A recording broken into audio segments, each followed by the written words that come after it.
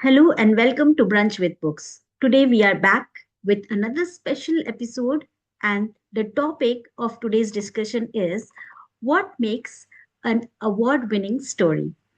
Have you ever gone through a story and that has been with you long after you have finished your book? Is it because of the plot, or is it because of the language used in the story, or is it because of the emotions you have gone through while reading the story? There are five things, if you take care, that can make your story an award winning story. One is the first one, which is how your story makes you feel. Is it making you happy, bringing you lots of smiles? And is it is it making you cry, or you have got hope reading it, you feel inspired, or is it making you think or ponder or reflect upon your life? So all these emotions can be very powerful. So a story's emotion is more powerful than its words. The next important thing which I feel is important for a story is its originality. If it is written by you, it can be the same topic any other author is writing. But what makes a difference is your voice. That will be entirely your unique perspective, which makes the story different from others because every individual will write through their life experience, which makes every story very unique. The third one is authenticity of the character. Whether the character which is there in the book is relatable to real life, whether the reader can think about a similar person in their own world. That makes them feel that yes, this is possible for them, or yes, this has happened to them. The fourth one, which makes the story really interesting, is the purpose. Do your story have a big picture?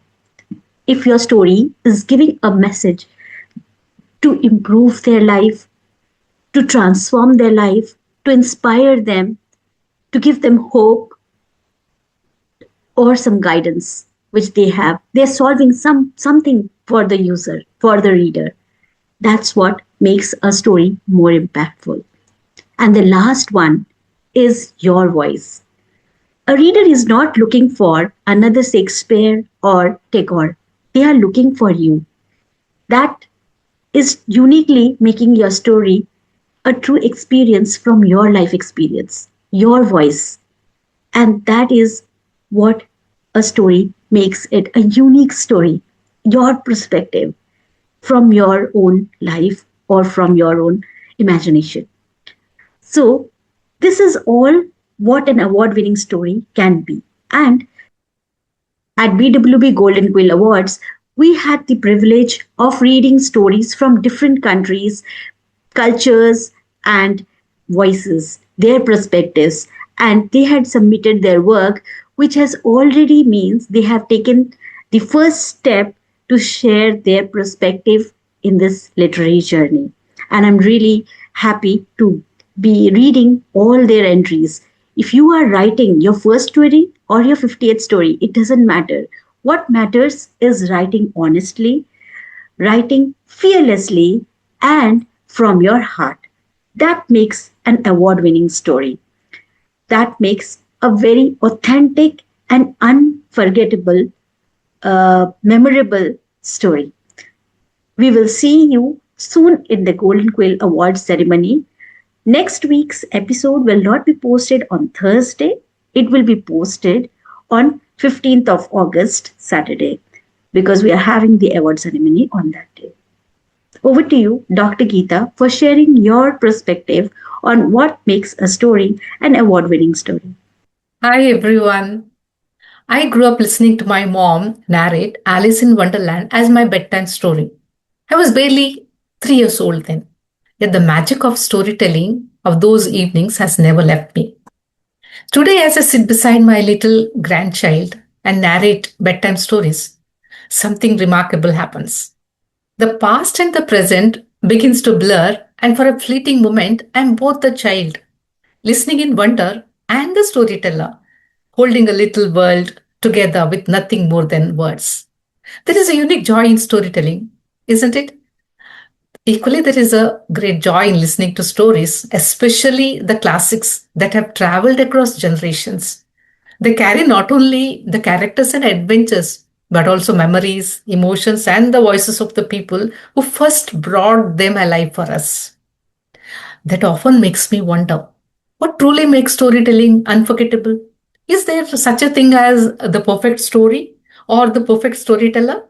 Or is storytelling just a craft that can be mastered through technique? Or is there something deeper that gives it the power to move us? Do you also think, this question? Do you also ponder on this question? For me, every time I revisit Alice in Wonderland, I'm transported back to my childhood days. I don't just remember Alice, I remember my mom. I remember the warmth of her presence, the comfort of her voice, and the feeling that anything was possible. She was the center of my little universe, and through her stories, she opened the doors of imagination for me. And without realizing it, she planted within me a dream to become a storyteller myself, to one day create the same sense of wonder for someone else through my stories. That is why I believe that while the craft of writing can, of course, be learned and refined, emotional authenticity cannot be manufactured. We can study structure, pacing, dialogue, character arcs. We can learn how to edit, revise, and polish. But can we fake lived experience? Our lived experience, can we fake it? And our genuine emotion, can we fake it? Can somebody fake our emotion? No. The stories that stay with us are often the ones that carry a fragment of someone's truth. And that is why I believe that those are the stories that stay with us.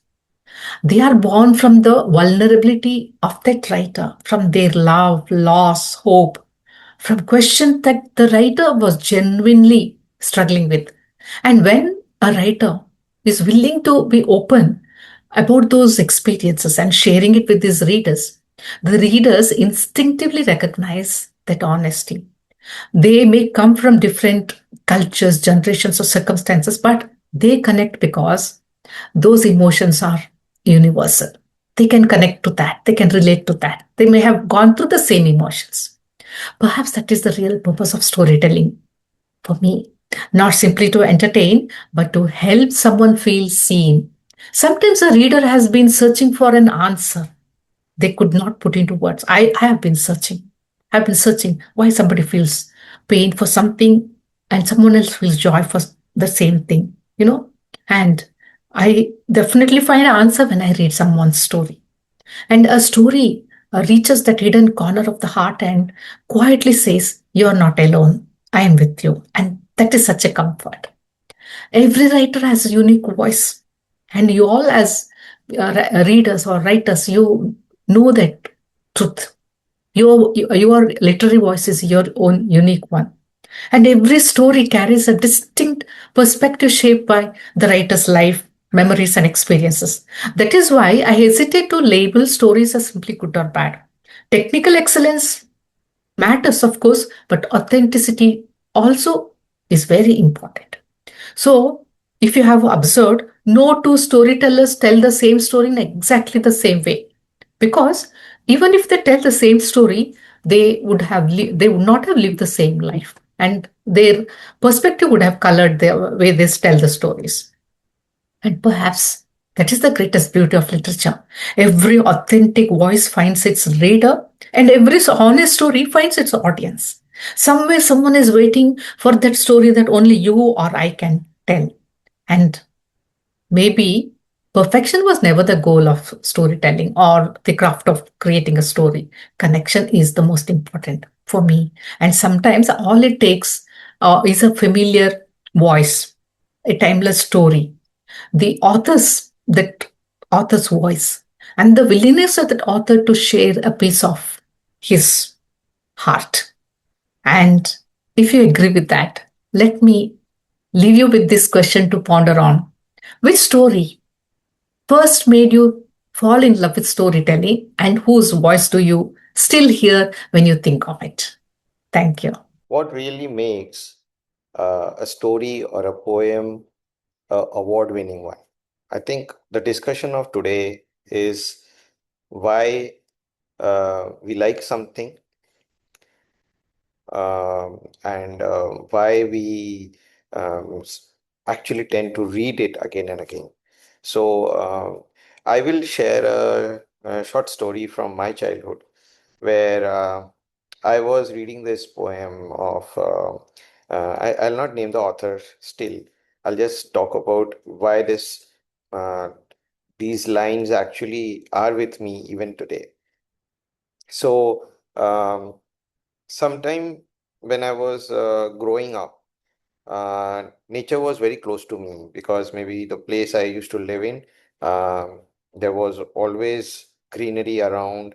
I could see hills, and I was talking to nature actually. So we had our garden full of rose, marigold, sunflowers, and many other varieties of flowers, and I used to talk to them.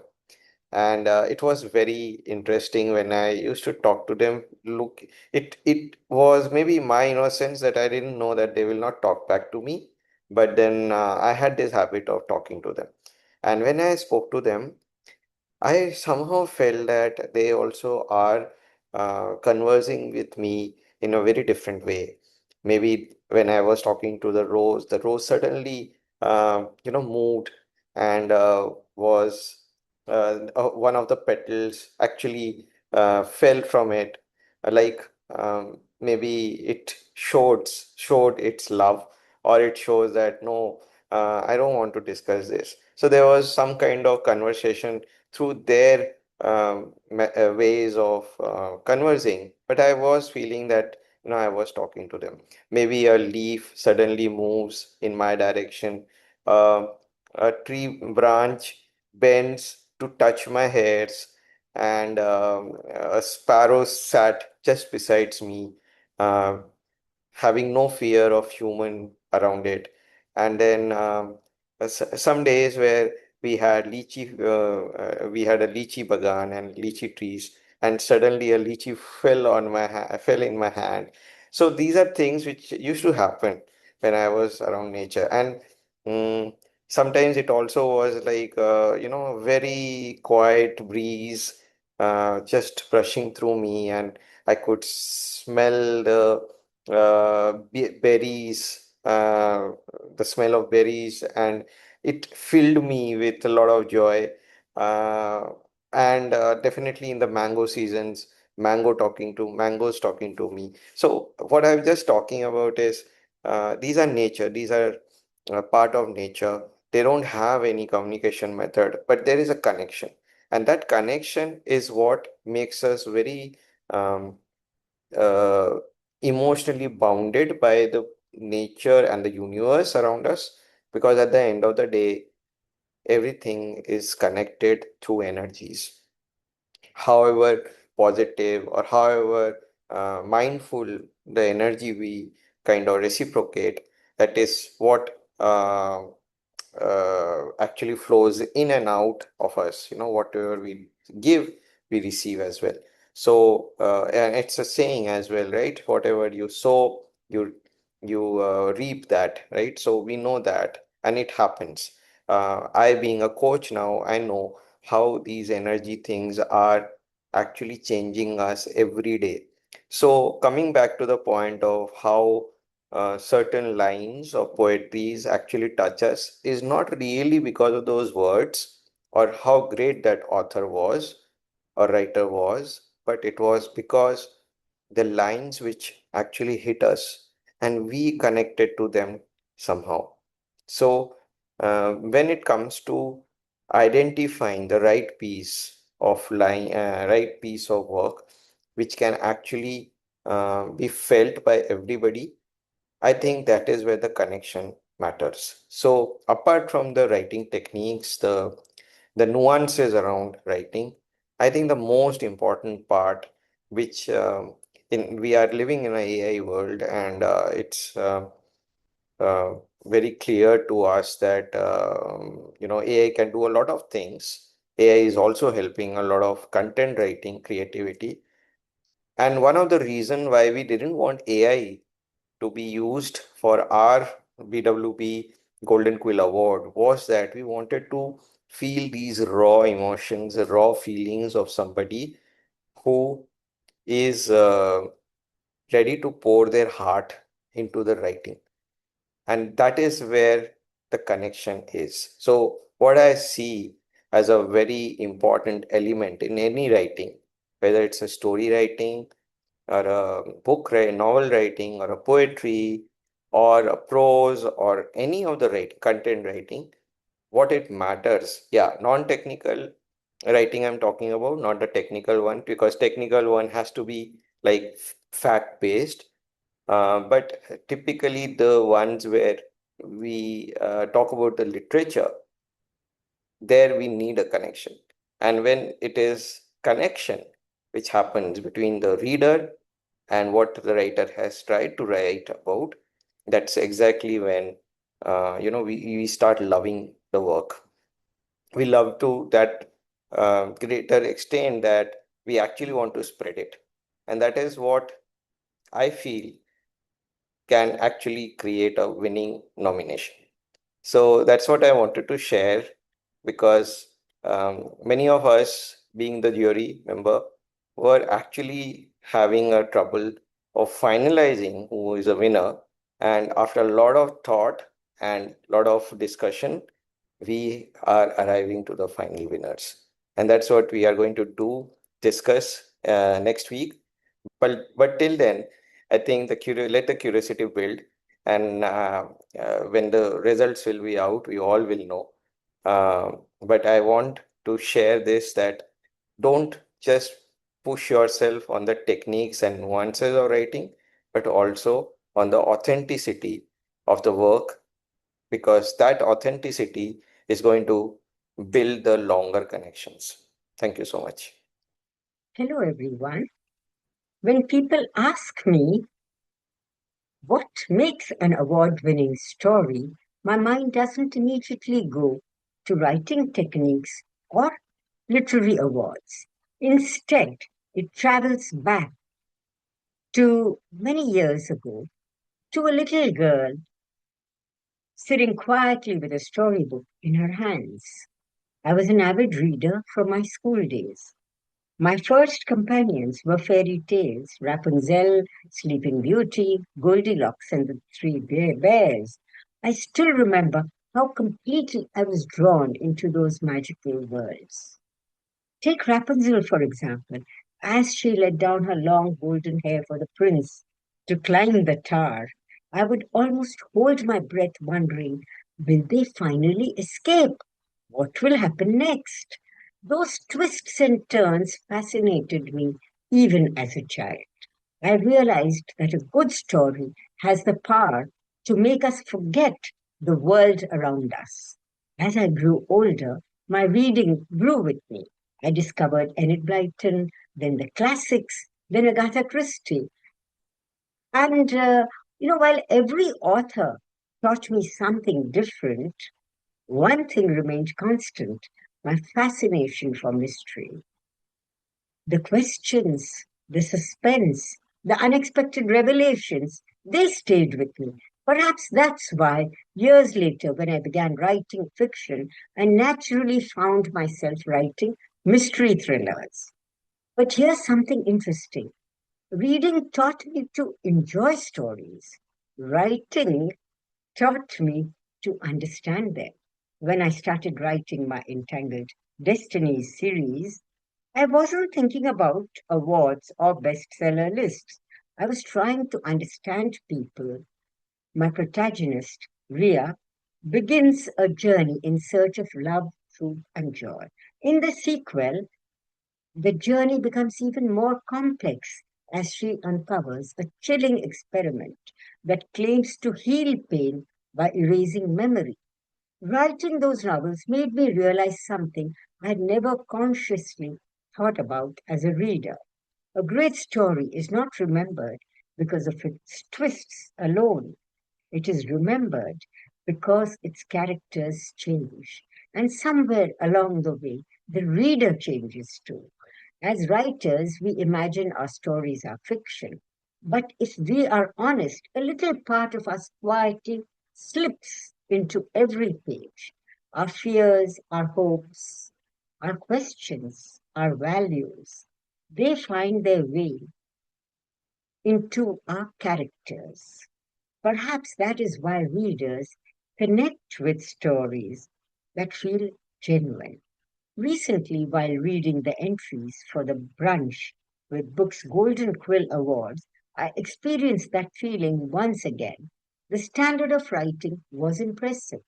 But what stayed with me wasn't just clever plotting, it was the emotion. Some stories carried such honesty that they lingered long after I finished reading them. And that, I believe, is the real secret of an award winning story. It doesn't simply entertain, it makes us feel, it makes us care, it stays with us. So, if you are an aspiring writer watching this, my humble suggestion is this: don't chase awards, chase authenticity. Write characters who grow, write emotions that are true. Tell the story that only you can tell. Awards are wonderful, they celebrate excellence. But the greatest reward is knowing that somewhere someone closed your book and couldn't stop thinking about it. Thank you for listening, and I'll see you in the next episode of Brunch with Books. Thank you. Hope you have enjoyed today's discussions and see you again in next episode with some more insights from Team BWB. Till then, tata, bye bye, take care. And if you love what we do, hope you have enjoyed today's discussion and you will be getting some more insights in next episode. So do follow us if you love what we do. Till then, tata, bye bye, take care.